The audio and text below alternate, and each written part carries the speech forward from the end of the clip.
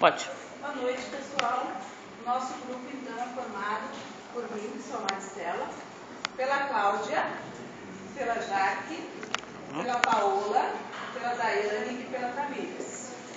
Nosso trabalho é sobre fala, língua e norma. Pode passar essa entrevista. Então, Saussure, que é o pai da linguística, como o primeiro grupo falou, trouxe novos caminhos para a linguística graças ao seu estudo sobre língua e sobre a fala, que ele dizia que era Lange e Paroli. A dicotomia entre língua e fala é a mais importante dentre as propostas por Saussure no curso de linguística, mas ele se focou mesmo foi na língua,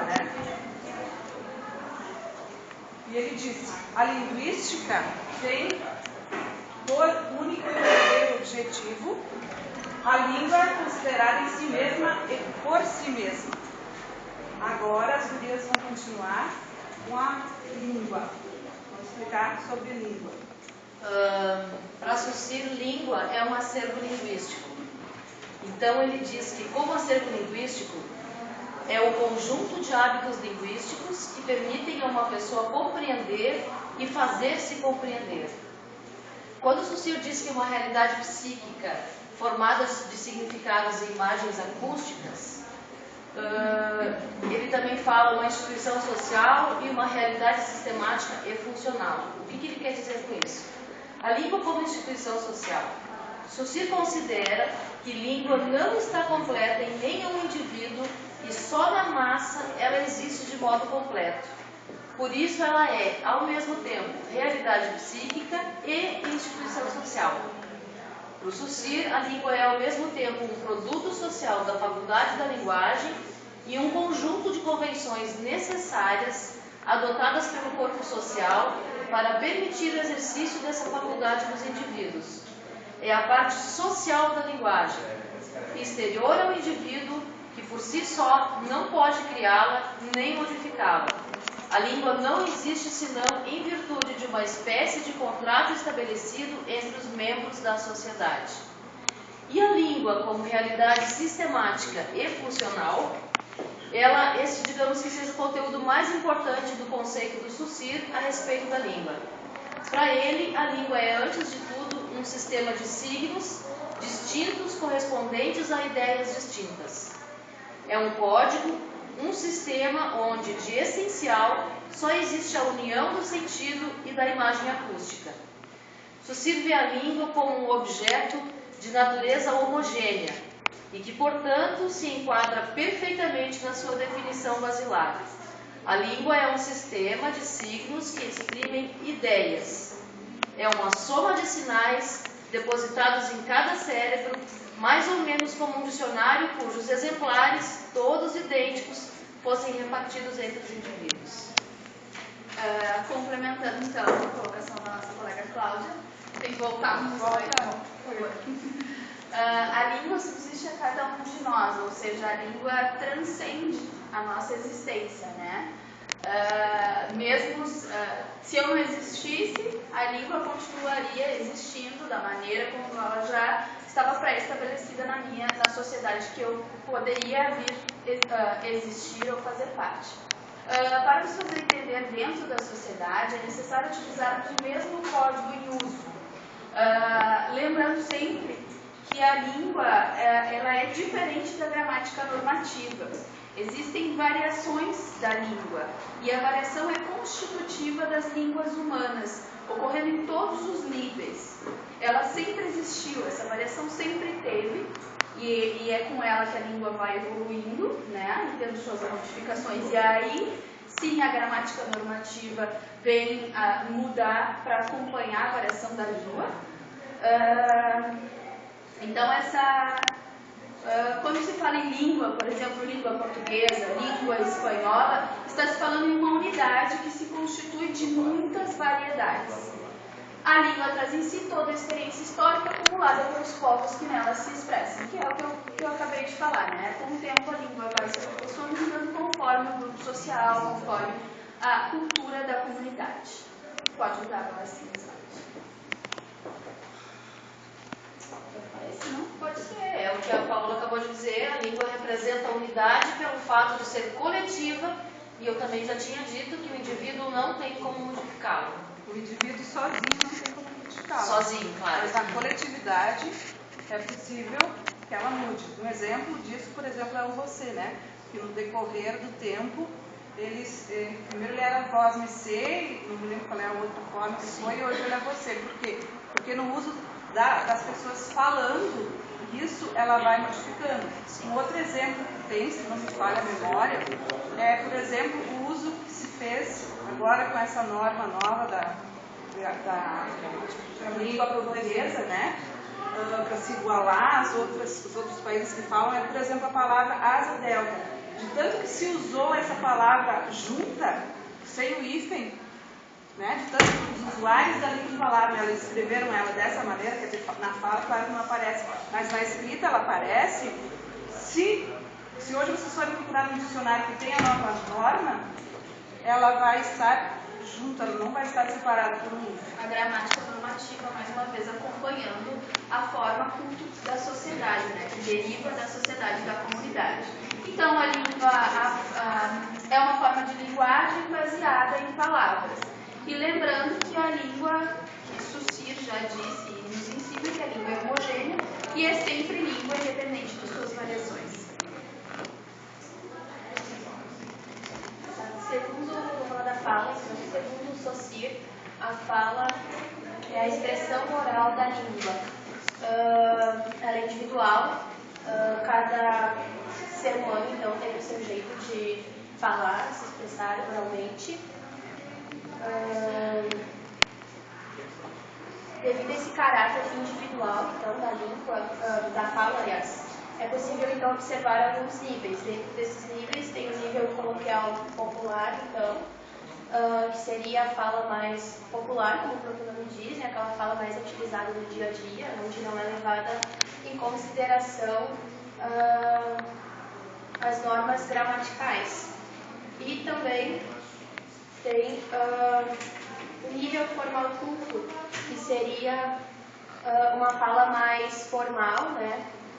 Onde a gramática é levada totalmente em consideração. Na verdade, a gente tem que saber, né, em que momento eu vou usar a fala do dia a dia, em que momento eu vou usar uma fala mais normativa, né? Então depende de com quem eu estou falando, né? Isso a gente já viu na análise do discurso, né? Para quem é que eu estou falando? Coloquial. Formal. Então em casa, conversando com as pessoas da minha família, então eu vou usar uma linguagem no dia a dia. Agora, se eu vou falar com uma secretária de educação, por exemplo, vou usar uma linguagem mais formal, né? Lembrando também que a fala ela é uma característica única e exclusiva do ser humano, né? Somente o ser humano consegue falar. E Cada um tem o seu individual, ela é individual. Cada ser humano tem o seu jeito único de falar, de se expressar oralmente. Que é os idioletos, né? Que é a forma que cada pessoa tem de se expressar. Então também temos a parte da norma, né? Onde o Eugênio, você viu, ele propôs uma divisão diferente, uma divisão tripartida, porque a fala e a língua elas já não eram suficientes, necessitava da norma. A norma, ela é, como diz ali, segundo ele, a norma é o que é como se diz e não como se deve dizer. Então, os fatos de norma são modelos abstratos e não manifestações concretas. Eles representam obrigações impostas numa dada sociedade, numa dada comunidade sociolinguístico-cultural e incluem elementos não relevantes, mas normais na fala dessa comunidade.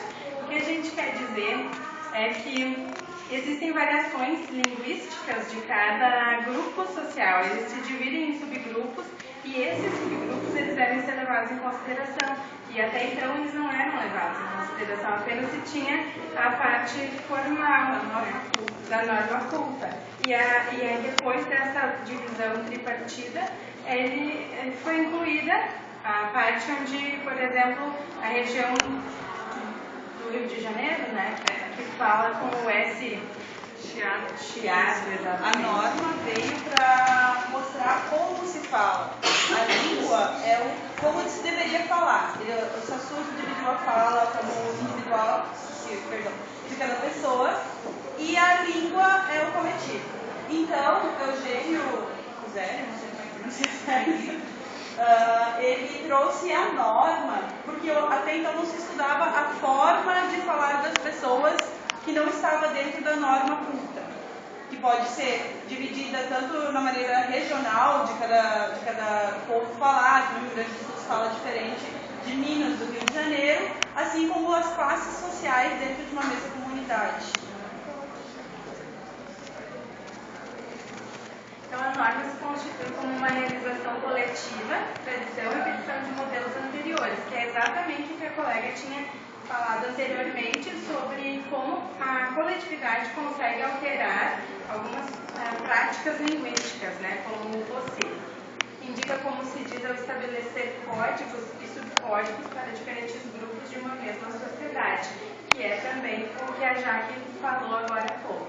É convencional e opcional, mas a opção do grupo aqui pertence ao falante e preserva os aspectos comuns, eliminando tudo o que na fala é inédito e individual. Então, a norma é o modelo de como funciona na prática. Outro exemplo de norma são o uso de determinados substantivos. Em uma região, alguma coisa, alguma palavra se fala de uma maneira, e em outra região se usa um sinônimo. E ambas estão corretas. A língua culta, a norma culta da língua, ela abrange ambas, mas é norma regional de cada lugar usar um substantivo ou outro para determinar a mesma coisa. Como bergamota e tangerina. Ou como mexerica. Isso. Exatamente. Bom exemplo. As variantes da norma dividem-se em diatópicas, que são as variantes regionais, que a gente já falou, que é o falar gaúcho, o falar mineiro, é o jeito de falar, o falar carioca, que usa o S com som de X, e as diastráticas, que são as variantes culturais ou registros, que são as diferenças do uso da língua dentro da mesma comunidade. A língua mais culta, a norma culta da língua portuguesa, ou a norma coloquial, que é o que a gente usa no dia a dia, e até mesmo a norma popular, que às vezes é considerada até vulgar, que normalmente as classes mais baixas usam em determinados locais. Em termos cotidianos, a fala é o real individual, a norma é o real coletivo e a língua é o ideal coletivo. Então, por isso que ele trouxe a norma, porque muito se falava do ideal, que é a língua, mas não é o ideal que se usa sempre no dia a dia. Então, a norma veio para ser esse estudo no jeito de falar, no como se fala no dia a dia mesmo, em cada região, em cada classe social. É isso. Aqui a gente trouxe só uma fala para fechar o nosso trabalho de um livro, uma obra que você vai apresentar no semestre passado, que fala sobre os preconceitos da língua. Então, falar da língua é falar de política. E em nenhum momento essa reflexão política pode estar ausente das nossas posturas teóricas e de nossas atitudes práticas de cidadão, de professor e de cientista. E o autor, Marcos Barber.